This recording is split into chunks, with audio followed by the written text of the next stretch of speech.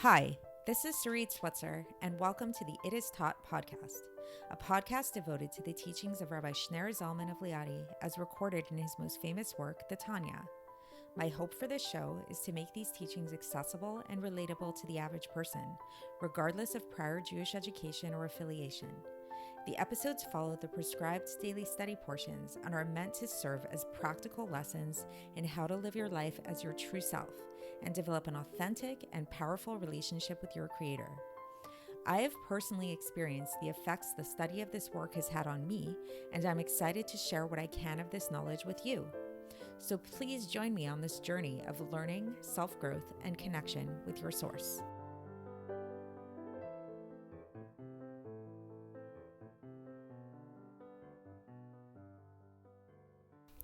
Hi, and welcome to the It Is Taught podcast. This is episode 569 for the 25th of Sivan in a regular year. So today we're going to talk about the show, The Iron Chef. As a disclaimer, I have only seen this show a few times, but I really enjoyed it each time I watched it. I don't know if it's the music, the lighting, something about the show really does create this really intense kind of feeling of suspense and intensity. So the show, so for those of you that are not familiar, this is a show that is Japanese in origin, but then it got translated into there's an American version of the show. Maybe there are other versions of the show. I'm not really sure. And the way that it works is that you have these top chefs come onto the show, come onto the set, and they are in battle with one another as to who can make the best meal. They have to make a multi-course meal for the judges to then judge and decide who made the best meal.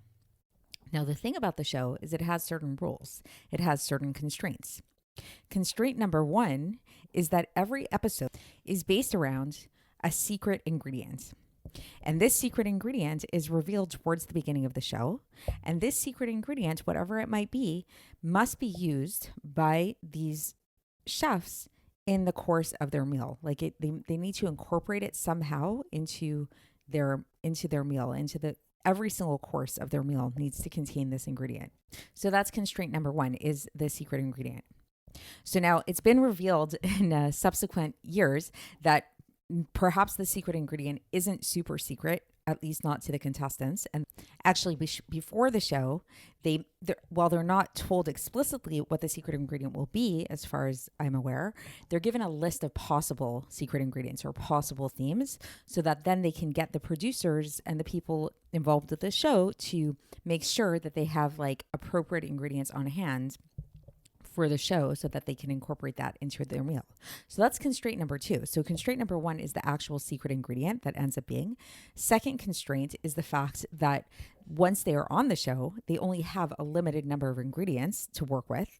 They can't go shopping in the moment and go get more ingredients, right? And then the third constraint is time. The third constraint is that they only have 60 minutes. The whole show takes place in the course of 60 minutes. So these are a bunch of constraints, right? But this is what makes the show exciting. And this is what really fuels the creativity of the show. And the chefs are able to come up with all kinds of really interesting dishes that they may never have been able to come up with previously without such constraints. So the reason why I'm bringing this up today in today's episode is because, in fact, this is exactly the theme of today. The theme of constraints and the theme of how constraints actually, perhaps somewhat seemingly ironically, is specifically what breeds creativity.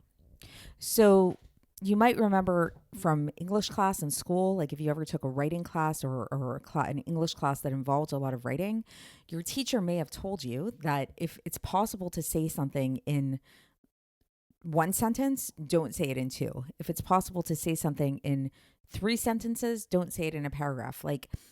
Use as few words as possible. And this is really the mark of a really good writer, is being able to use less words rather than more. A good speaker, the same thing. So if you've all heard Divrei Torah or rabbi speeches and things like that just tend to go on and on and on and on way too long. And you think to yourself, what they could have really summed it up just in a sentence, and they spoke for an hour. So it's the same idea. There's something about constraints, having that constraint, again, if you remember in school, if you ever had to give a speech and the speech was going to be 5 minutes long, that actually probably took a lot more work than if you had to give a speech that would be only an hour long, weirdly enough, because perhaps you had so much that you wanted to say, but to really narrow it down and figure out what you wanted to say in just 5 minutes is much harder to do. On a simple level, let's say, I know this comes up sometimes if I'm buying a birthday present for somebody on Amazon and I want to write in a little birthday message to them, and Amazon only gives you like a certain number of characters to do. You have to be really, really selective with the words that you use, because that's all the room they give you. They don't give you more room. Another example of this is in terms of running a business, especially startups. There's actually a whole book that's written about this called The Lean Startup by Eric Ries. And this is the same concept. This is the whole idea of how to really have a business run efficiently and be a really high top quality business. You want to think in terms of leanness. You want to think in terms of constraints of what it is that you can cut out. We spoke about this a little bit in a similar vein in a previous episode where we talked about the fact that music is less about the notes themselves and more about the silence between the notes. Art is less about the lines on the page and more about the space between the lines, or the space between the carvings in a sculpture, kind of, and all of that. So it all revolves around the same idea that really, in order to create, you need to constrain. These two faculties go hand in hand. And in fact, in a way, you can really say that the constraint actually supersedes the actual act of creation, because creation without constraint at all is a very chaotic thing.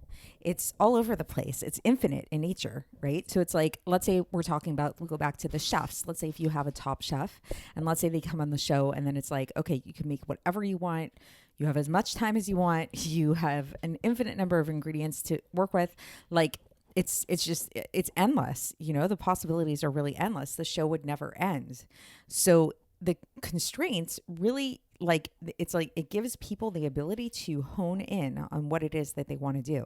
Same thing. Like, let's say if you went to a writing class and they said, okay, you can write whatever you want in whatever format you want, and no matter, it can be however length you want. Like, okay, sure, I guess that could be a style of a writing class, but more interesting and more likely what they'll do if you go to like a writing club or a writing class is they'll give you some kind of constraints. They'll say, okay, today we're going to work on writing poetry, or today we're going to work with this writing prompt. Like, we're going to start with this sentence of, one day I was walking down the street. That's going to be the sentence that we start with. Like, there needs to be something. There needs to be some kind of constraint of some kind in order to focus the creativity.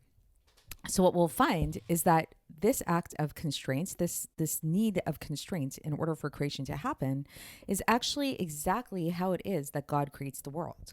God too creates the world through constraints, because God in his creative process is infinite.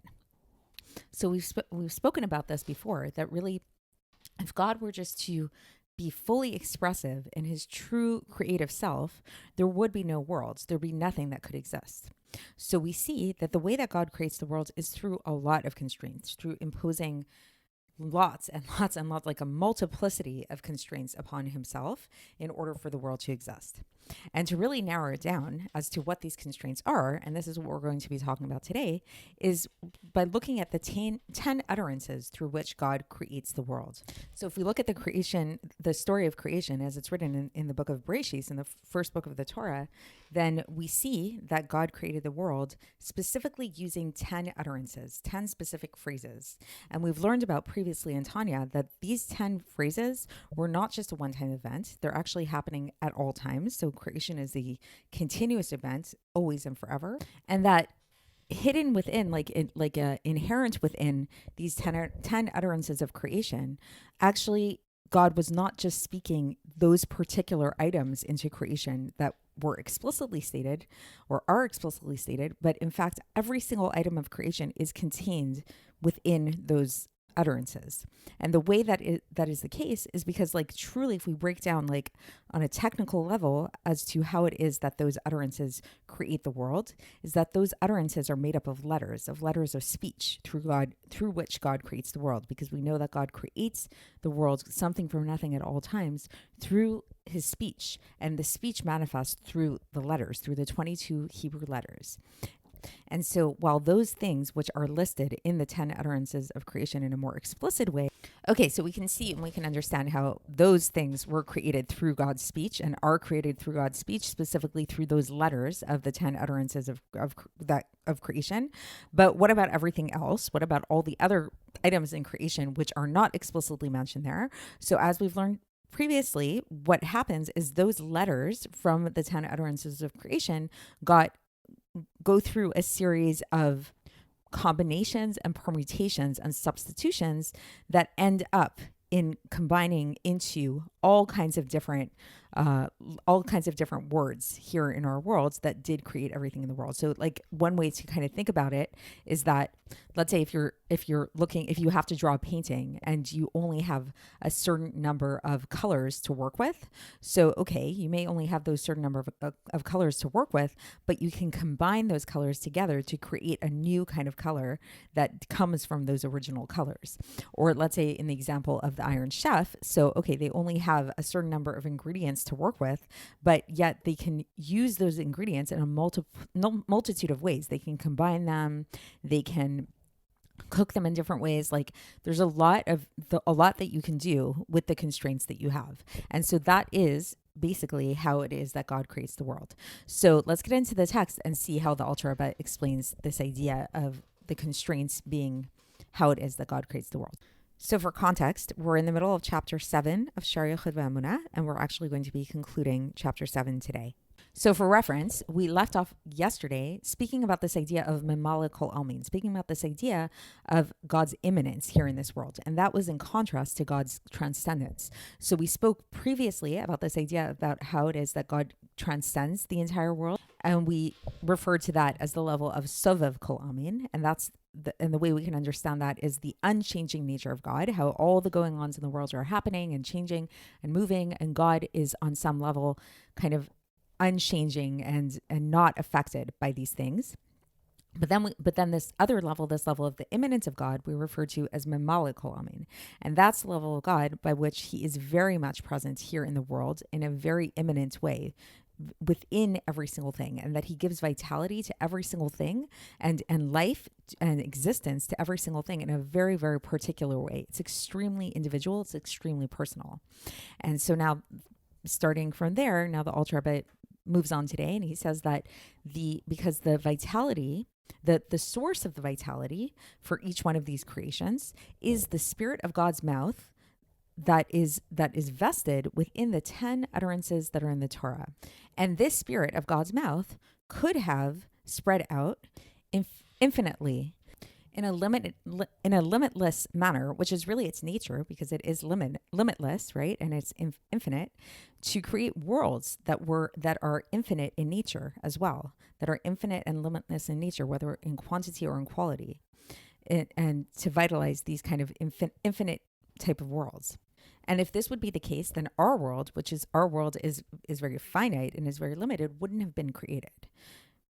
And then in brackets here, the Alter Rebbe explains this a little bit, where he says that because just as we call God the infinite one, the Ein Sof, then so too are all of his midos, all of his characteristics, and all of his actions are also infinite in nature, because him and his attributes are one, meaning to say that God's attributes, like for example, his attribute of chesed, or his attribute of rachamim, like his attribute of giving, or his attribute of mercy, and so too all of God's attributes, by virtue of the fact that they are vested within the spirit of God's mouth, because we know that it says, Hu amar ve'yihi, meaning God created the world through his speech. God spoke and it was. And that's a verse from Tehillim, by the way, from Tehillim chapter 33, verse 9. And also we see also in Tehillim chapter 89, verse 3, where it says, Ve'olam chesed yibaneh, that the world is built through chesed. So meaning to say that that the whole world is created, that like this speech of God, this spirit of God's mouth becomes a vessel and a garment for this chesed. And the Alter Rebbe likens this to a snail whose garment is an integral component of his body. So it's like if you look at a snail, then it's like the shell of the snail is the body of the snail at the same time. So basically, just to break that down, what the Alter Rebbe is basically telling us here is that when we talk about God's attributes, when we talk about God's chesed, rachamim, whatever these things are, even though they're the attributes of God, they contain within them an infinite light of God, and thus they too contain infinity. And so what the Alter Rebbe is basically telling us here is that if God were to just allow his infinitude to manifest in a true and expressed way, this world as we know it, this finite world that we know it, would not be able to exist. So when people talk about, like when physicists talk about the idea of there being an infinite number of multiverses, so this is kind of my own thoughts on the matter, but it's an interesting thing, because if you start talking about like multiverses and you think about each multiverse being limited in nature, it's like, are they limited or are they unlimited? Like you kind of can't have both. Like if you're talking about the unlimited nature of something, then if truly the source of something is unlimited, then that which they would be which would come out from that unlimited place would be unlimited at the same time. So the fact that we have this finite world that we live in that does contain limits, it means that there's something else going on. It means that it's not just about infinitude. True, there's an aspect of infinitude through which God creates the world, and that is necessary, but there's something else. What is this something else? This something else is what we know as the tzimtzum, the constraint. So this is what the Alter Rebbe explains here. He says that, so then what happened was that God he constricted this light and this vitality so that when it comes out from the Spirit of God's mouth and he vested it within the different combination of the 10 utterances, as well as the different combinations and substitution and transpositions, as well as looking at their numerical values. So we know that like every letter also has a numerical value to it. It's the gematria of the letter. So all of these things are factored into the way that God creates the world. So that with every substitution and every transmutation, this is one aspect of God descending his light and his vitality from level to level. Meaning to say, so that this will allow for there to be created and for there to be and for these creations to be vitalized in a way that is for a descent of the level. So it's like we're receiving God's vitality, but to a lesser and lesser degree. So that the vitality that all of these creations are receiving that were not explicitly mentioned in the 10 utterances of creation it's a much less amount of vitality. It's a very diminished form of vitality than that which comes about, which was present in the original 10 utterances. Because in those 10 utterances, then God, in all of his glory and in his true being, then he is actually vested within them in a way by way of his midos, by way of his attributes. Now the Alter Rebbe is going to go on and speak about a very interesting topic, a very interesting subject, namely the idea of gematria. There's this idea in Judaism, especially spoken about in mystical Jewish literature, that every word, every letter, in fact, every Hebrew letter has a numerical value to it. And there are different ways by which we can calculate the numerical value of any particular word. So the Alter Rebbe doesn't really get into this too much today, but there's sort of like this simple way of looking at the numerical value of a word where you take every single letter of the word and you figure out its numerical value and then you add it up, and then you have the gematria. But there are different systems for it also. There's something called atbash, which is where every letter actually equals the opposite letter of itself. So the aleph, which is the first letter of the Hebrew alphabet, actually corresponds to the taf, which is the last letter of the Hebrew alphabet. And there are a whole bunch of different systems. I'm far from an expert in any capacity for any of these things, but what the Alter Rebbe is going to talk about now is just this general idea of gematria, this general idea of the numerical value of different words, and how the numerical value of different words really can point to the essence of what these things are. And how, speaking about the 10 ma'amarot that we were talking about, the 10 utterances through which the world was created, those came about in kind of like this very direct way, meaning to say that God's light is a little bit more revealed in them, we can say, on some level than in other things, anything that is spoken about explicitly in the 10 utterances of creation. But then what about the rest of creation, everything else in the world? So all of those other things, it's still God's light, obviously, that's creating them, and they still originate in the 10 utterances, but in a little bit more of a hidden format. So it's like, we see that there are many things in Judaism, many words in Judaism that have similar numerical values, and it's taught that anytime two words or many words have the same numerical value or have some kind of gematria element in common, there's some kind of similar spiritual energy.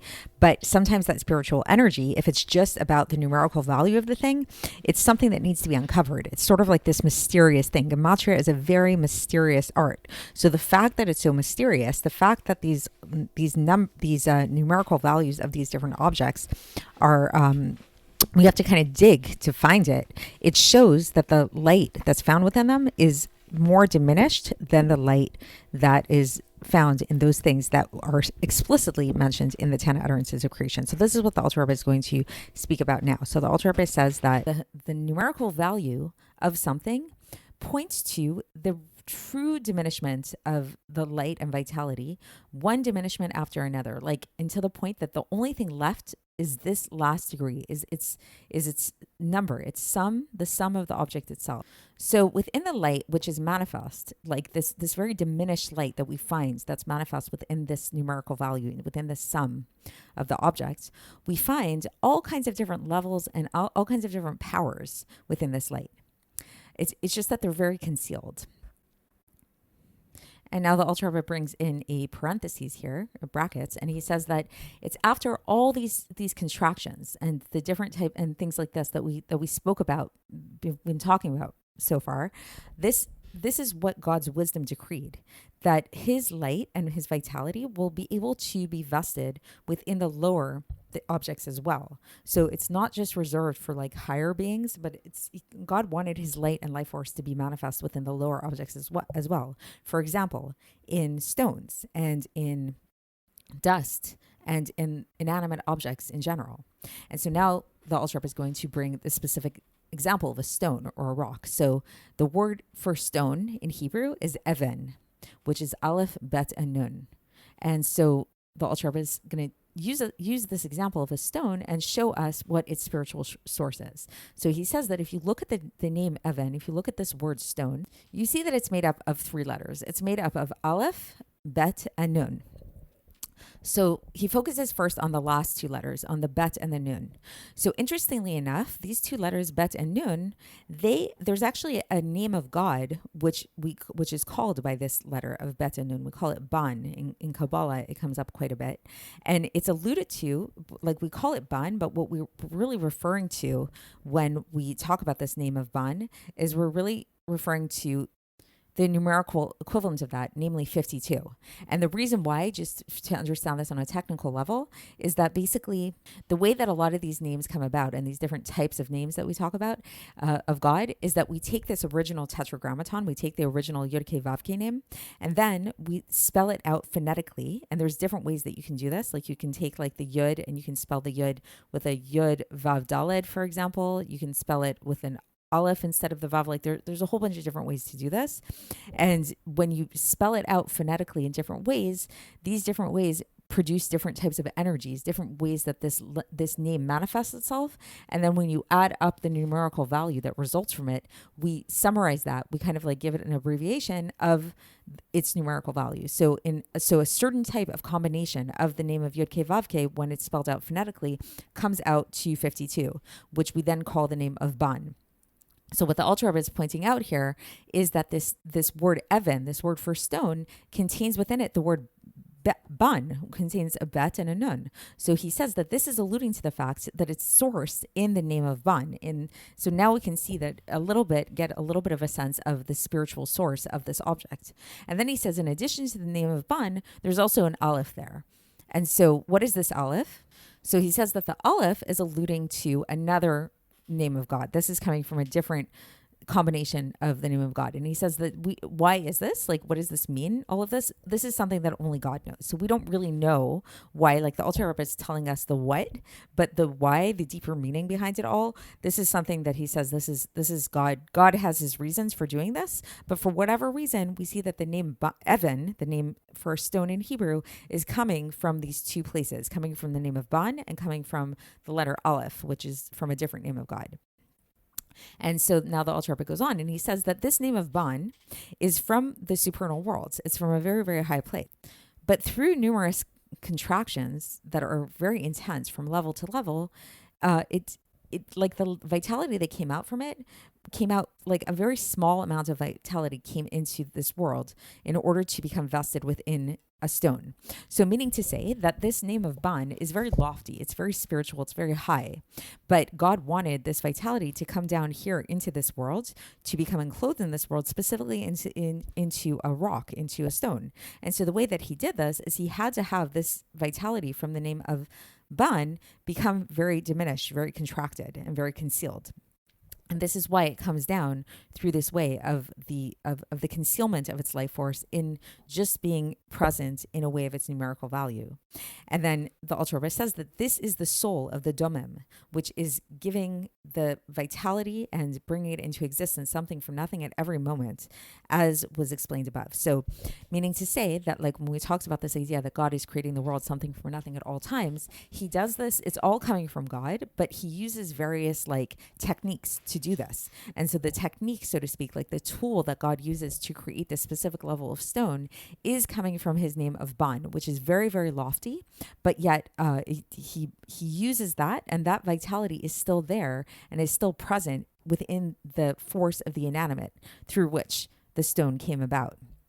And then the Alter Rebbe goes on and he says that this is what we call memala kolamin. This is this level of the immanence of God, of the level of by which we refer to God when we say that he fills all the world, which is not, as we spoke about, the level of sovev kolamin, which, if you've been following along, sovev kolamin is the level of God's transcendence. That's the level by which God is kind of like removed from all the worlds, that creates, that affects everything in a more equal kind of way.